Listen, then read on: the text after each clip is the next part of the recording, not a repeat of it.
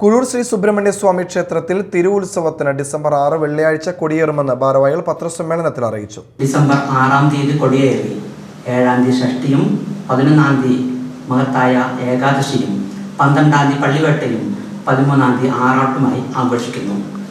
14 അയ്യപ്പൻ വിളക്കും നടത്തപ്പെടുന്നു. ഞായറാഴ്ച ഡിസംബർ 8 ഏകദേശം 1000 പേരുടെ മഹാനാരായണീയ പാരായണം നടത്തുന്നുണ്ട്.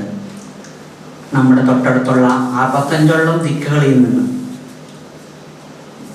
നാരായണ പാരായണത്തിന് വനിതകൾ എത്തുന്നുണ്ട്.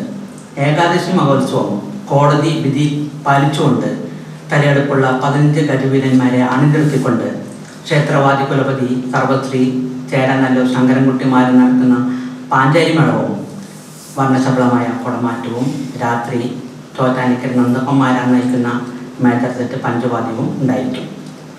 രാത്രി 8 മണിക്ക് ക്ഷേത്രം തന്ത്രി പട്ടംതുരുത്തി മേക്കാട് മന ശങ്കരൻ നമ്പൂതിരിപ്പാട് കൊടിയേറ്റം നിർവഹിക്കും. കൊടിയേറ്റത്തിന് മുന്നോടിയായി ദേശീയ നൃത്ത സംഗീതോത്സവം മുരുഘധ്വനി 2024 പ്രസിദ്ധ സിനിമാ പിന്നണി ഗായിക വൈക്കം വിജയലക്ഷ്മി, കലാമണ്ഡലം സുമതി, കലാമണ്ഡലം വസന്ത എന്നിവർ ചേർന്ന് ഉദ്ഘാടനം ചെയ്യും.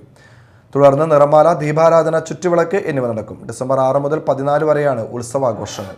എല്ലാ ദിവസവും പകലും രാത്രിയും വിവിധ ക്ഷേത്രകലകൾ, മറ്റു ക്ഷേത്ര ചടങ്ങുകൾ എന്നിവ നടക്കും. ഡിസംബർ 10 ആനച്ചമയ പ്രദർശനം നടക്കും. 11 ഏകാദശി മഹോത്സവം ആഘോഷിക്കും.